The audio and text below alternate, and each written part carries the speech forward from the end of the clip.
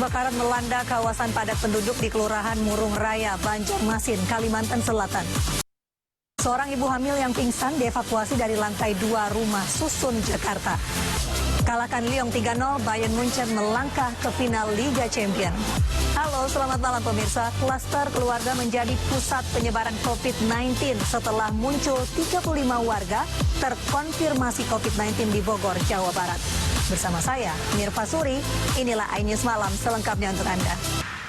Kebakaran melanda kawasan padat penduduk di Kelurahan Murung Raya, Banjarmasin, Kalimantan Selatan. 6 rumah rusak dalam peristiwa ini. Oke, selamat berjuang, silakan. Kebakaran terjadi di Jalan Kelayan, Kelurahan Murung Raya, Banjarmasin, sore tadi. Warga yang panik berhamburan keluar rumah dan ikut membantu memadamkan api. Posisi listrik. Akibat kebakaran, 2 rumah rusak berat dan 4 rumah lainnya rusak ringan. Api diduga dipicu arus pendek listrik dari salah satu rumah. Tidak ada korban jiwa dalam peristiwa ini.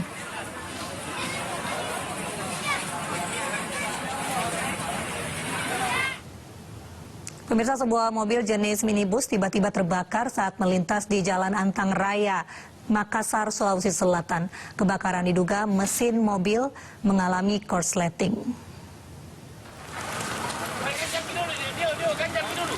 Api berasal dari bagian mesin mobil dan dengan cepat menghanguskan seluruh badan mobil. Sebelum terbakar, mobil sempat mogok tiba-tiba di depan SPBU. Dan seketika itu juga muncul percikan api. Api baru dapat dipadamkan setelah 2 mobil pemadam kebakaran dikerahkan ke lokasi. Kebakaran sempat membuat panik warga dan pengendara yang melintas.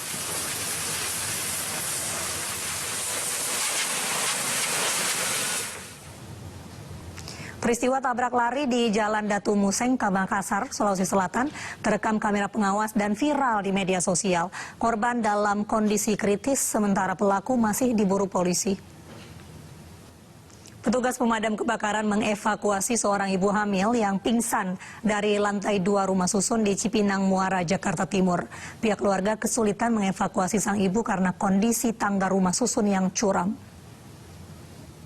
Seorang pelajar SMP di Tasikmalaya, Jawa Barat tewas tenggelam saat berenang di Sungai Curug Teduh, Kecamatan Manonjaya. Jasad korban ditemukan warga terjepit bebatuan di dasar sungai. Seorang pria ditemukan tewas di kamar kos di kawasan Batu Ampar, Batam, Kepulauan Riau. Penyebab kematian korban belum dapat dipastikan sehingga dievakuasi dengan protokol kesehatan COVID-19.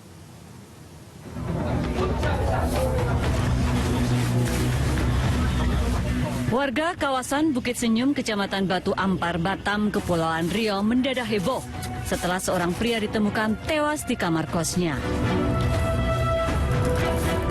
Penyebab kematian korban belum diketahui, sehingga tim Inafis Polresta Barelang dan Satgas Kecamatan Batu Ampar mengevakuasi jasad korban dengan protokol kesehatan COVID-19.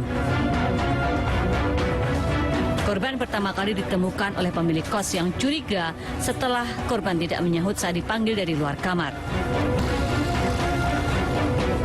Korban diketahui bekerja di Bintan dan tinggal sendiri di kamar kosnya. Meski tidak terlihat ada tanda-tanda kekerasan, ditemukan banyak bercak darah di bantal dan kasur korban. Dari Batam, Kepulauan Riau, Gusti Yendrosa, iNews melaporkan. Sebuah video yang menunjukkan polisi menilang warga negara asing dan meminta 1 juta rupiah di Jembrana, Bali viral di media sosial. Imbasnya sang oknum polisi yang pungli dimutasi. Pemirsa, akses jalan masuk salah satu rumah warga di Jalan Hertasning Raya, Makassar, Sulawesi Selatan ditutup paksa tetangga dengan pagar tembok. Penutupan dan pendirian tembok dilakukan setelah adanya putusan dari Pengadilan Negeri Makassar atas kepemilikan tanah. Arus lalu lintas di Simpang Gadok, Bogor, Jawa Barat malam ini terpantau ramai lancar. Selengkapnya sesaat lagi hanya di iNews Malam. Pemirsa, arus lalu lintas di Simpang Gadok, Bogor, Jawa Barat malam ini terpantau ramai lancar di kedua arahnya. Puncak kepadatan kendaraan diprediksi akan terjadi pada Jumat dan Sabtu mendatang dari arah Jakarta menuju Puncak. Dan berikut kita simak laporan Armalina dan juru kamera Sadu Santoso dari Simpang Gadok, Bogor, Jawa Barat. Kepadatan kendaraan terjadi di kawasan Puncak, tepatnya di Simpang Gadok Bogor, Jawa Barat sejak pagi tadi. Sistem satu arah diberlakukan untuk mengurai kemacetan. Libur panjang akhir pekan, stasiun Pasar Senen Jakarta dipadati calon penumpang. Seluruh penumpang wajib mematuhi protokol kesehatan untuk mencegah penularan COVID-19. Lalu lintas tol Jakarta Cikampek lengang. Dalam libur tahun baru Islam terjadi peningkatan volume kendaraan hingga 39%. Situasi lalu lintas di ruas tol Jakarta Cikampek yang mengarah ke Karawang terpantau lancar di kilometer 48. Di titik pertemuan antara tol bawah dan tol layang sehingga juga tidak terjadi kepadatan. Sebelumnya sempat diberlakukan sistem kontraflow dari kilometer 47 hingga 61, tetapi sudah dihentikan sore tadi. Kepadatan di tol Jakarta Cikampek karena libur tahun baru Islam. Tercatat terjadi peningkatan volume lalu lintas yang meningkat di Jakarta hingga 39,2%. Kendaraan didominasi golongan 1 ataupun kendaraan pribadi.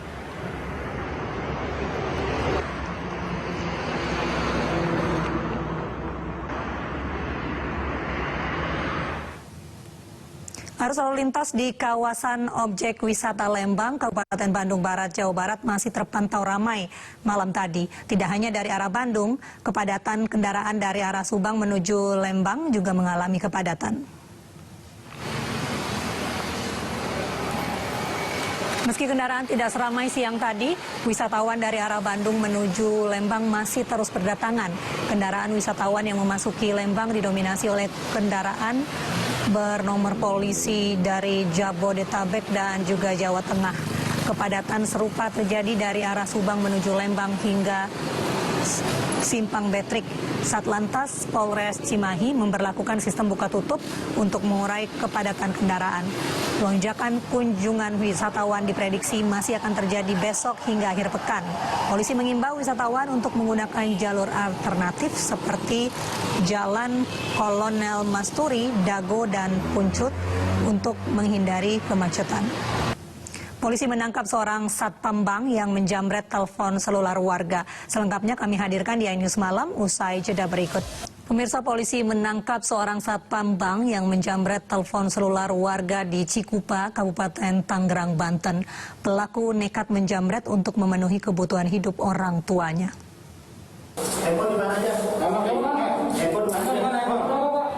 Polisi menangkap satpam bank yang mencuri telepon seluler di Cikupa, Tangerang, Banten, Kamis petang. Pelaku yang awalnya mengelak akhirnya mengakui perbuatannya. Polisi pun menggeledah dan menemukan ponsel curian dan satu bilah pisau pemotong yang digunakan saat beraksi. Penangkapan ini berawal dari laporan korban yang ponselnya dirampas saat melintas di Jalan Cikupa 3 hari lalu. Pria berusia 25 tahun ini mengaku nekat menjamret untuk memenuhi kebutuhan orang tuanya. Kini pelaku ditahan di Polsek Cikupa. Ia dijerat pasal pencurian dengan kekerasan dan terancam 9 tahun penjara. Dari Kabupaten Tangerang, Banten, Aimarani, iNews melaporkan. Seorang tahanan yang sempat kabur saat menjalani isolasi di sebuah hotel di Kabupaten Katingan, Kalimantan Tengah, kembali ditangkap petugas. Pelaku kabur dengan melepas borgol dan menjebol plafon hotel memanfaatkan kelengahan petugas. Polisi menggerebek puluhan wanita penghibur di tempat hiburan malam di Tangerang Selatan, Banten. Polisi juga menyita uang 730 juta rupiah yang diduga berasal dari praktik prostitusi.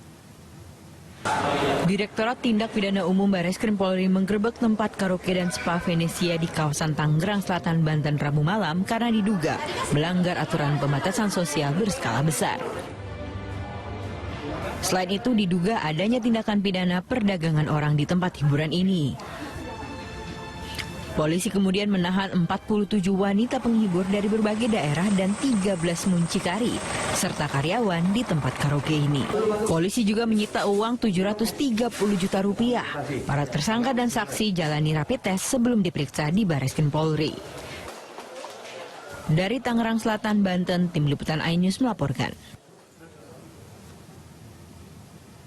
Dua orang peminta sumbangan di Bukit Tinggi, Sumatera Barat dirazia petugas Satpol PP saat beraksi. Ironisnya pelaku menggunakan uang sumbangan yang didapat untuk membeli sabu. Dukungan Partai Gerindra terhadap pasangan Bobi Nasution dan Aulia Rahman di Pilwakot Medan 2020 resmi diberikan. Selengkapnya sesaat lagi. Pemirsa, dukungan Partai Gerindra terhadap pasangan Bobi Nasution dan Aulia Rahman di pemilihan Wali Kota Medan 2020 akhirnya resmi diberikan. Gerindra mengklaim dukungan ini menjadi penentu kemenangan Bobi Aulia di Pilwakot Medan 9 Desember mendatang. Putra sulung Wali Kota Surabaya Tri Risma hari ini, Fuad Bernardi, siap dicalonkan dalam pemilihan Wali Kota Surabaya 9 Desember mendatang. Fuad siap maju jika dirinya mendapat rekomendasi dari DPP PDI Perjuangan. Bakal calon wali kota dan wakil wali kota Bagio Wahyono FX Suparjo akan menggalang dukungan untuk melawan putra Presiden Jokowi, Gibran Raka Buming Raka Teguh Prakosa. Bakal calon Bajo tengah menyiapkan koalisi rakyat untuk memenangkan Pilkada Surakarta Desember mendatang. Rival putra Presiden Joko Widodo dalam Pilkada Surakarta, bacalon Bagio Wahyono FX Suparjo kian percaya diri. Meski Gibran Teguh didukung mayoritas partai di DPRD Surakarta, pasangan Bajo tak kalah menggalang koalisi rakyat untuk Pilkada Desember mendatang. Suparjo yang merupakan ketua RW di Karangturi Pajang ini optimis program kerakyatan yang mereka usung dapat menggalang dukungan untuk menghadapi Gibran Teguh. Diketahui bacalon Bajo baru lolos verifikasi faktual. Resminya akan menunggu pengumuman dari KPUD Surakarta pada 21 Agustus. Jika benar bacalon Bajo lolos, hal ini memastikan Gibran Teguh tidak akan melawan kotak kosong dalam Pilkada Surakarta mendatang. Tim Liputan iNews melaporkan. Pasangan bakal calon wali kota dan wakil wali kota dari jalur independen Bagio Wahyono FX Suparjo telah memenuhi verifikasi faktual oleh KPU Surakarta. Gibran Raka Buming Raka, rival politik dalam Pilkada Surakarta, mengucapkan selamat dan siap melawan pasangan Bajo 9 Desember mendatang.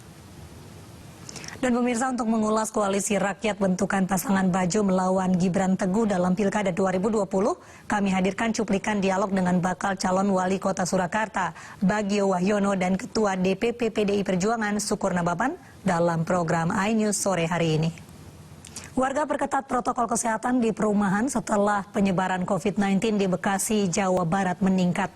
Kami hadirkan informasinya sesaat lagi. Pemirsa, beragam cara ditempuh Pemprov DKI Jakarta untuk meningkatkan kesadaran masyarakat akan bahaya COVID-19.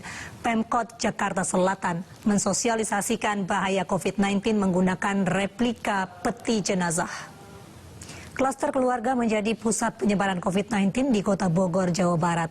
Wali Kota Bogor akhirnya belusukan untuk mengimbau warga agar disiplin dengan protokol kesehatan. Dengan menggunakan pengeras suara masjid, Wali Kota Bogor Bima Arya menghimbau warga agar disiplin menjalankan protokol kesehatan di Semplak Bogor, Jawa Barat. Wali Kota Bogor pun menyusuri gang-gang sempit rumah warga. Aman ya, jaga jarak. Nah ini maskernya silakan. Ini Bu Camat bagikan. Ya. Belusukan protokol kesehatan ini membuat warga ramai berkumpul dan malah menimbulkan kerumunan meski mayoritas menggunakan masker. Diketahui Kampung Semplak menjadi klaster baru penularan COVID-19 setelah 35 warganya terkonfirmasi COVID-19. Diduga penularan terjadi saat salah satu keluarga mengikuti acara tahlilan. Wali Kota Bogor pun menegaskan penyebaran COVID-19 di Bogor dalam kondisi gawat, sehingga penerapan protokol kesehatan harus disiplin.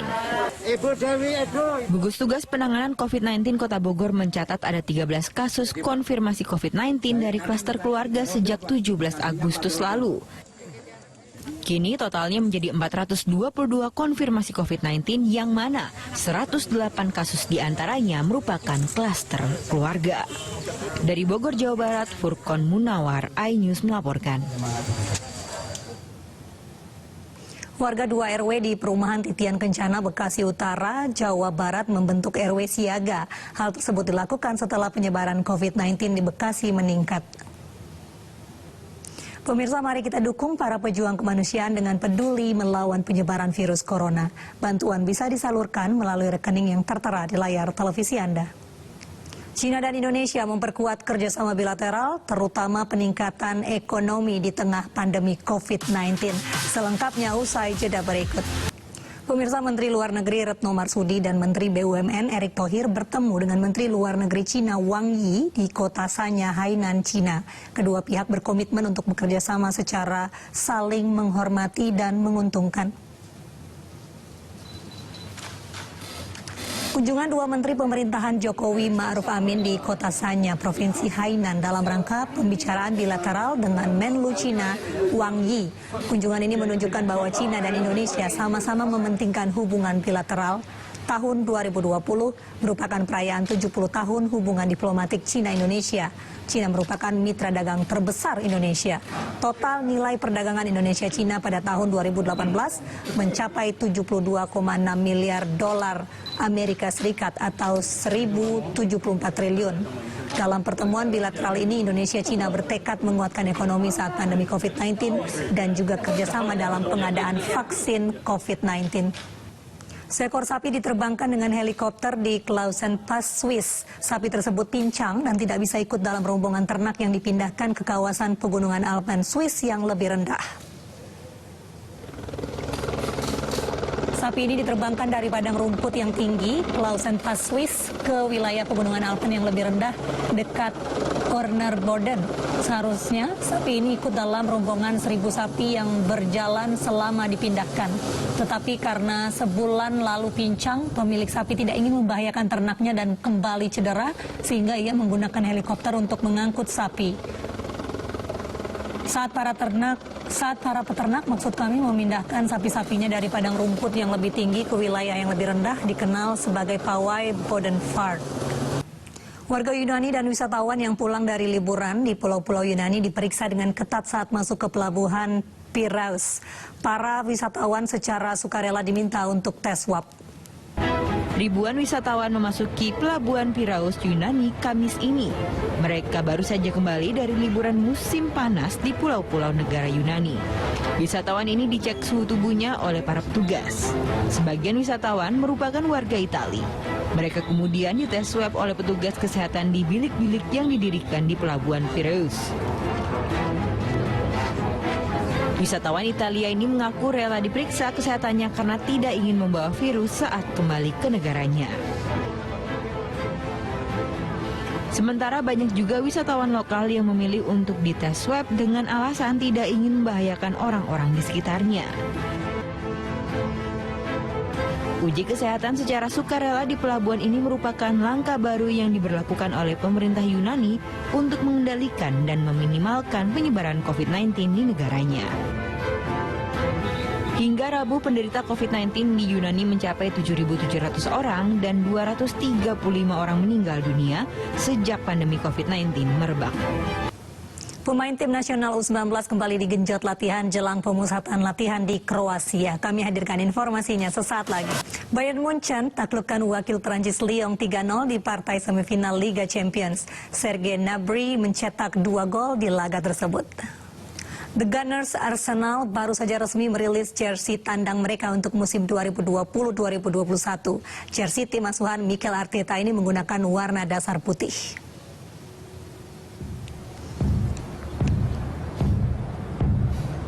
Jersey tandang Arsenal dirilis dengan format CGI alias efek spesial pencitraan komputer. Jersey ini dihiasi guratan panjang berwarna merah. Inspirasinya berasal dari Aula Marmer Eastern Highbury, stadion lawas dan bersejarah Arsenal. Hal itu mengingatkan sejarah kejayaan The Gunners. Logo sponsor berwarna hitam, namun tidak demikian dengan logo klub Arsenal.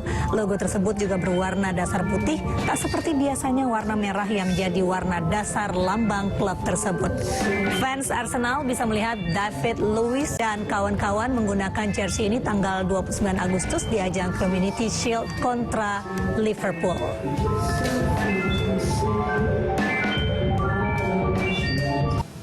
Pemain tim nasional U19 kembali melanjutkan latihan di Stadion Madia Senayan, Jakarta sore tadi. Rencananya dalam waktu dekat timnas U19 akan mengikuti pemusatan latihan di Kroasia. Dallas Mavericks berhasil menyamakan kedudukan menjadi 1-1 dalam lanjutan playoff putaran pertama melawan Los Angeles Clippers. Hasil itu pun menjadi kemenangan pertama bintang Mavericks Luka Doncic di babak playoff NBA.